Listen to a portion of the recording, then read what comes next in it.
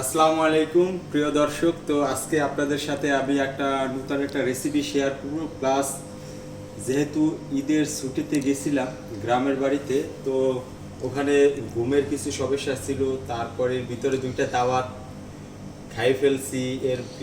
তারপরে যেই লাইফ স্টাইলের ভিতরে ছিলাম আসলে এটা থেকে একটু এদিক ওদিক হয়ে গেছে।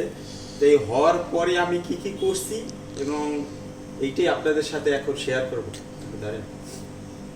আপনাদের সাথে শেয়ার করব। তো আমি প্রথমে যেটা আজকের রাত্রে আমি গ্রাম থেকে ঢাকায় আসছি, আসার পরে আমি আজকের সকালে কফিয়া নামাটা কইরা নিয়েছি। যেহেতু আবার একটু সব দিক থেকে খাবার সব দিক থেকে একটু লাইফ স্টাইল থেকে একটু দূরে সরে গেছিলাম 10 দিনের ভিতরে। তো এখন আমি এইটা আবার লাইফ স্টাইলের ভিতরে আমি চলে আসবো। যেহেতু আমি এখন আসছি, এখন রেগুলার সব কিছু ঘুম খাওয়া দাওয়া সব কিছু আগের মতো আবার সব কন্ট্রোলের ভিতরে আইনে ফেলবো। তো সেই জন্যই আজকে আপনাদের সাথে ওইগুলোই শেয়ার করব। তো আমি সকালবেলা আসার পরে এরপরে আমি কফিয়া নামাটা কইরা নিছি। কফিয়া নামা করার পরে এই যে আমি আজকে রাত্রে মিল নেব। তো রাত্রে মিল নেওয়ার জন্য আমি এখানে ব্ল্যাক রাইস দিছি। তো এই যে দেখেন প্রায় ফুল এক বাটি না, অল্প, যেহেতু আমি এখন মেনটেনিংয়ে আছি। তো এই যে দেখেন ব্ল্যাক রাইস দিছি, আর এর সাথে দিছি আমি এই যে বাদাম, এখানে 2-3টার মতো খেজুর দিছি। আমি এখানে এই যে দেখেন বাদাম নিছি, ওয়ালনাট নিছি, পিকান নাট নিছি এবং এই যে ম্যাকাডেমিয়া যেটা এইটা দিছি।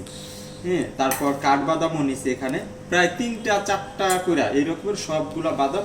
যেহেতু আমি মেনটেনিং আছি সেক্ষেত্রে আমি 2টা খেজুরও নিছি। তো আমি প্রথমে যেটা করব আমি এই যে ব্ল্যাক রাইসটা আছে, ব্ল্যাক রাইসটা আমি এই যে ব্লেন্ডারের ভিতরে দিয়ে দেবো। আর এইটা মূলত আইবিএস রোগী, যেহেতু আমার আইবিএস এর সমস্যা আছে, আর বাড়িতে যে প্রচুর পরিমাণ একটু ঘুমেও সমস্যা হয়েছিল আর প্রচুর পরিমাণ মাংস খাইছি।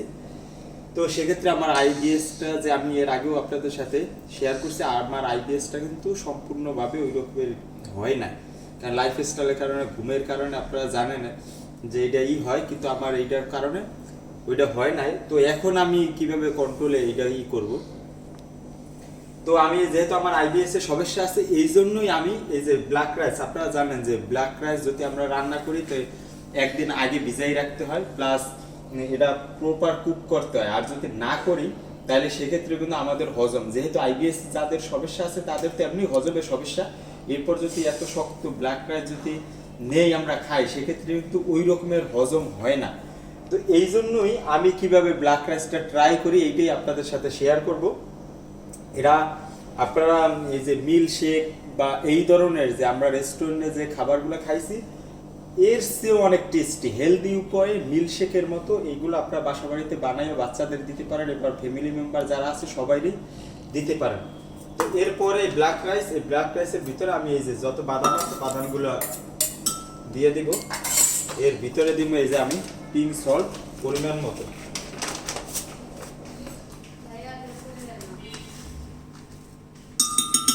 এই যে পরিমাণ মতো আমি পিঙ্ক সল্ট দিয়ে দেবো এখানে। তো এরপর আমি দিয়ে দেবো এই যে কোকোনাট অয়েল, এইটার সাথেই আমি কোকোনাট অয়েলটা দিব।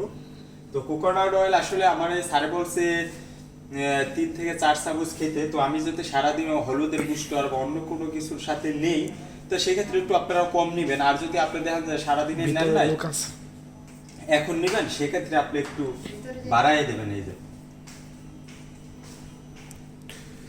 দাঁড়া করা ভিডিও দাঁড়া করা, ওকে।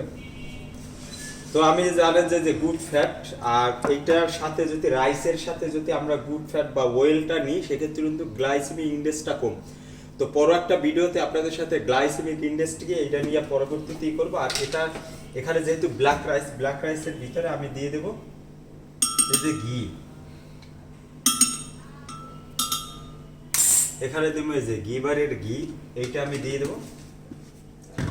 তো এখানে আমি বাদাম দিছি, ব্ল্যাক রাইস দিছি, তারপর লবণ দিছি, কোকোনাট অয়েল দিছি, প্লাস ঘি দিছি। তো এখন আমি এইটারে একটু ঘুরে নিই।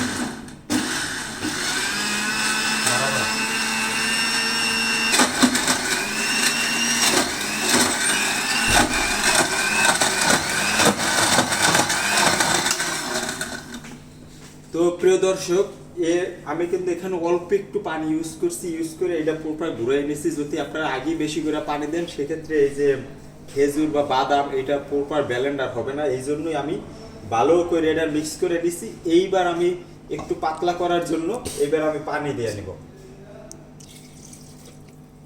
আর পানিটা অবশ্যই আপনারা একটু কুসুম গরম পানি ইউজ করার চেষ্টা করবেন, যেহেতু আপনারা জানেন যে ঘি এবং কোকোনাট অয়েল এটা একটু এই ঠিক হয়ে যায়, তো সেই ক্ষেত্রে আপনারা ওই একটু গরম পানি ইউজ করবেন।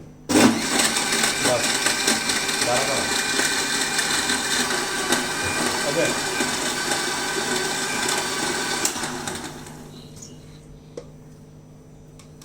এই যে আপনারা যাদের আইবিএস এ প্রবলেম আছে তারা অবশ্যই ব্ল্যাক রাইস এই রকমের একটু ট্রাই করে দেখেন।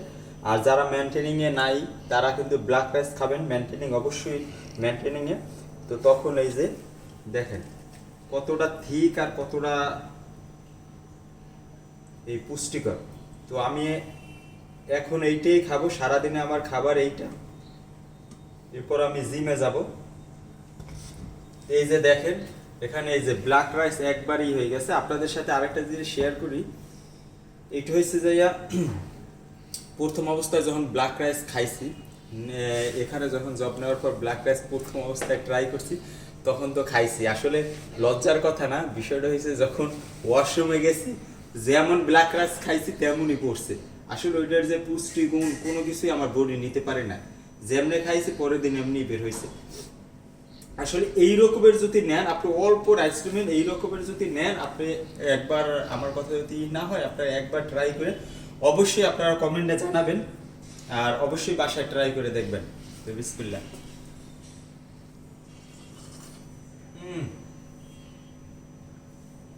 ওয়াও, জাস্ট লাইক আ ওয়াও।